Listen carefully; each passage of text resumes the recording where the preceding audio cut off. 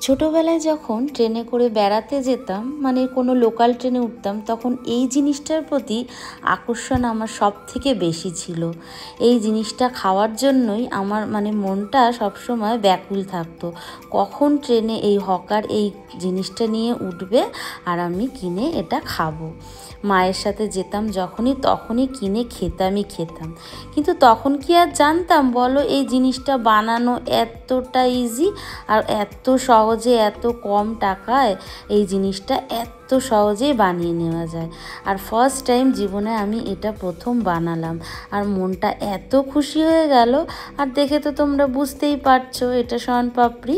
তো চলো কিভাবে বানিয়েছি তোমাদের সাথে শেয়ার করি।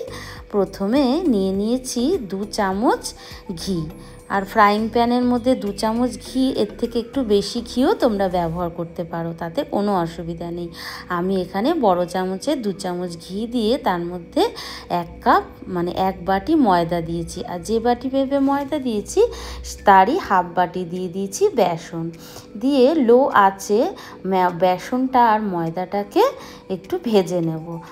খুব বেশি ভাজবো না, যতক্ষণ একটু খুব সুন্দর একটা গন্ধ বেরোবে ততক্ষণই এটা ভাজবো।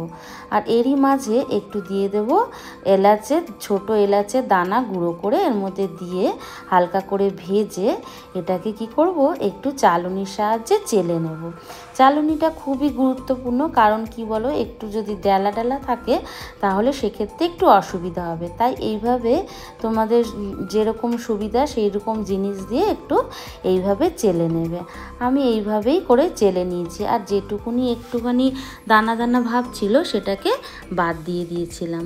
প্রথমবারে যে এত সুন্দর এটা তৈরি করতে পারবো আমি নিজেও ভাবতে পারিনি, জানো তো। তাই কি করলাম, এরপরে ওটা ভেজে রাখার পর চিনি দিয়ে দিলাম। মানে যতটা আমি ময়দার বেসনটা ব্যবহার করেছিলাম ঠিক ততটাই চিনি দিয়েছি, আর 2 টেবিল চামচ ওর মধ্যে জল দিয়েছি। দিয়ে লো আঁচে বসিয়ে রাখার পর এর মধ্যে অর্ধেক পাতিলেবুর রস দিয়ে দিলাম। এই পাতিলেবুর রসটা দেওয়াটা কিন্তু খুব জরুরি, নয়তো কিন্তু চিনিটা বেশ কেমন একটা যেন দানা দানা মতন হয়ে যায়, আর এটা দেওয়ার ফলে কিন্তু সেই ব্যাপারটা হয় না। যতক্ষণ না রং চিনিতে এরকম মানে ব্রাউন কালার ধরবে ততক্ষণই এইভাবে জাল দিয়ে দিতে হবে লো ফ্লেমে। খুব বেশি নাড়াবার কিন্তু দরকার নেই, আর দেখতে হবে যেন চিনির ক্যারামেলটা পুড়ে না যায়। এইভাবে যখন হয়ে আসবে তখন কিভাবে বুঝবে, একটা বাটিতে কিছুটা জল নিয়ে নিতে হবে, তারপর এরকম কয়েক ড্রপ এইটাকে ক্যারামেল চিনিটাকে দিয়ে এইভাবে যখন দেখা যাবে যে হাতের মধ্যে এইভাবে দলা হয়ে যাচ্ছে, তখন বুঝতে হবে এটা হয়ে গেছে। তখন এটা একটা ননস্টিকের যে কোনো পাত্রে একটু ঘি মাখিয়ে নিয়ে এই যে চিনির এটা করেছি সেটাকে এইভাবে ছড়িয়ে দিতে হবে। বেশ 2-3 মিনিট অপেক্ষা করার পর এইভাবে করে এক জায়গায় করে নিতে হবে চিনির যে ক্যারামেলটা আমি বানিয়েছি এইটাকে।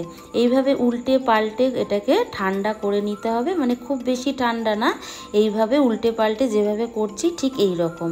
এবার একটু গরম থাকা অবস্থায়, হাতে একটু গরম লাগবে কিন্তু খুব সাবধানে এইভাবে এটাকে তুলে নিতে হবে।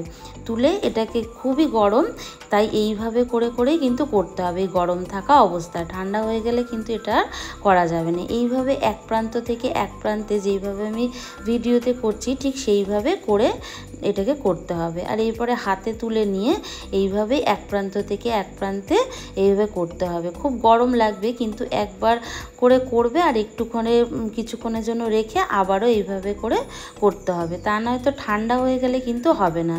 যতক্ষণ এই মানে যে ডিপ কালারটা ছিল ক্যারামেলের, দেখো ধীরে ধীরে কিন্তু এইভাবে করতে করতে রঙটা চেঞ্জ হয়ে যাবে। এইভাবে কিন্তু প্রায় আমি কিন্তু 20 থেকে 25 বার কিন্তু করেছি। তোমাদের এটা গুনে করবার কোনো প্রয়োজন নেই, তবু এটা দেখলেই তোমরা বুঝতে পারবে। দেখো কেমন কালারটা ধীরে ধীরে চেঞ্জ হয়ে যাচ্ছে।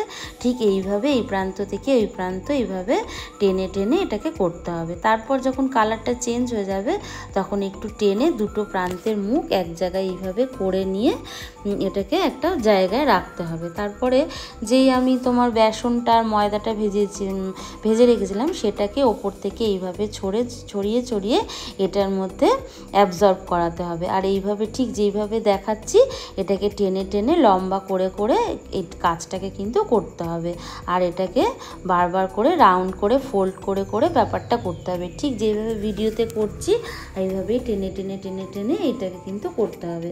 চাইলে বেসন যে ময়দাটা ভেজে এটাকে পুরোটাই কিন্তু একবারে দিয়েই এইভাবে করতে পারো, বা আমি যেইভাবে অল্প অল্প করে ছড়িয়ে ছড়িয়ে করছি সেইভাবেই করতে হবে। আর এইভাবে শুধু খেয়াল রাখতে হবে টানবার সময় যেন এই যে মানে সুতোর মতন যে ব্যাপারটা হচ্ছে সেটা যেন ছিঁড়ে না যায়। এইভাবে করে ধীরে ধীরে কিন্তু কাজটাকে করতে হবে।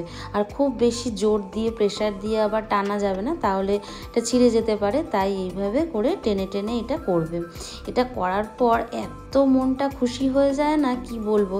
জীবনে কোনো ফার্স্ট টাইম এইভাবে তো বাড়িতে বানালাম, মনটা কিন্তু ভীষণ ভালো লাগছিলো জানো তো। তোমরা বানিয়ে দেখবে, দেখে খুব কঠিন মনে হয় কিন্তু একদম কঠিন কাজ নয়, কারোর হেল্পও তোমাদের লাগবে না। একটু মানে হাতটা ব্যথা হয়, এই কাজটাই, এই রান্নাটার মেন কাজটাই হলো এই জায়গাটা। মানে এইভাবে টেনে টেনে টেনে টেনে একেবারে সুতোর মতো লাচ্ছার মতন হয়ে যাবে, যেরকম শনপাপড়ি হয় ঠিক সেইভাবে। এইভাবে করে টেনে টেনে টেনে টেনেই করতে হবে যতক্ষণ না এটা মানে বুঝতেই পারবে পুরো ময়দাটাই কিন্তু এখানে লেগে যাবে। মানে যতটা লাগবে সেইভাবেই এই ময়দার বেসনের গুঁড়োটা ছড়িয়ে ছড়িয়ে টেনে টেনে করতে হবে। একটু হাতটা ব্যথা হয়ে যায় ঠিকই, কিন্তু ধীরে ধীরে করবে, খুব সুন্দর, যেমন মনটাও কিন্তু ভীষণ খুশি হয়ে যাবে। আর এই কাজটা কিন্তু আমি পুরোটাই তোমাদের দেখানোর চেষ্টা করেছি পুরো ভিডিওটার মধ্যেই। ঠিক যেইভাবে করছি একটু এইভাবে টেনে টেনে টেনে টেনে করবে। যখন এটা হয়ে যাবে তখন নিজেরাই বুঝতে পারবে যে এটাকে আর টানা যাবে না। এইভাবে দেখো আমি প্রত্যেকটাই কিন্তু এইভাবে ধীরে ধীরে করে টানছি আর ফোল্ড করে করে রাউন্ড করে করে এইভাবে করে বেসন আর ময়দার মধ্যে গুঁড়োগুলো ছড়িয়ে ছড়িয়ে কিন্তু কাজটা করছি। একটু পরিশ্রম হয় ঠিকই, কিন্তু যখন হয়ে যায় তখন মনটা ভীষণ ভালো লাগে। আর মানে দেখো কত সুন্দর করে কিন্তু ধীরে ধীরে দেখো সরু সুতোর মতন কিন্তু হয়ে যাচ্ছে, ভীষণ ভালো লাগবে। একবার করে দেখো তোমরা, খুব সহজেই কিন্তু ব্যাপারটা হয়ে যায়। আমি পুরো ভিডিওতে তোমাদের এটা দেখানোর চেষ্টা করেছি, তোমরা আশা করি দেখে ঠিকই বুঝতে পারছো। এইভাবে করে যখন দেখবে একদম আর টানা যাচ্ছে না তখন কিন্তু আর এটাকে করা যাবে না। এখন এটা আমি আর একটু টানতে পারছি, তাই দেখো এইভাবে টেনে টেনে করছি। কি সুন্দর যে দেখতে লাগছিল, আর মনটা তো ভীষণ ভালো লাগছিল। খেতে তো আর কি বলবো, দারুণই সুন্দর হয়েছিল। এখনও এটাকে আরও টানা যাচ্ছে, তাই এটাকে টেনে টেনে যতক্ষণ করা যাচ্ছে ততক্ষণই আমি এটাকে করছি। আর দেখো এটা আর এবারে কিন্তু আর সেরকম একটা টানা যাচ্ছে না, তাই এবার কি করলাম যে সমস্ত গুঁড়ো ময়দা বেসন যেটা ছিল গুঁড়ো ঝরঝরে ব্যাপারটাকে সব ঝরিয়ে এটাকে বাদ দিয়ে দিলাম। দিয়ে এবার এটাকে যতটা পারবে ততটাই গুঁড়োটাকে ছড়িয়ে দিতে হবে। আর এটাকে এইভাবে করে ছাড়িয়ে ছাড়িয়ে নিতে হবে, যেহেতু এটাকে একটু শেপ দিতে হবে তাই এগুলোকে ছাড়িয়ে কিছুটা পোর্শন এখান থেকে আমি ছিঁড়ে নিয়ে নেব। নিয়ে একটা আমি বাটি নিয়ে নিয়েছি, তোমরা যে কোনো যার মধ্যে শেপ দিতে চাও সেই রকম একটা জিনিস নিয়ে নেবে। আর তার মধ্যে এরকম ড্রাই ফ্রুটস দিয়ে দিলাম, আমি দিয়েছি কাজু, আমন্ডস আর কিছু তোমার কুমড়োর যে দানা হয় সেগুলো দিয়ে এইভাবে করে চেপে নিয়ে একটা বাটির মতন দেখো শনপাপড়ি শেপ দিয়ে নিয়েছি। তোমরা চাইলে আরও ছোট শেপ দিয়েও কিন্তু তৈরি করে নিতে পারো। দেখতে যেমন সুন্দর হয়েছিল, খেতে তো অসাধারণ হয়েছিল। তো তোমাদেরও আশা করি ভালো লেগেছে। ভালো লাগলে আমাকে অবশ্যই কমেন্ট করে জানাতে ভুলো না।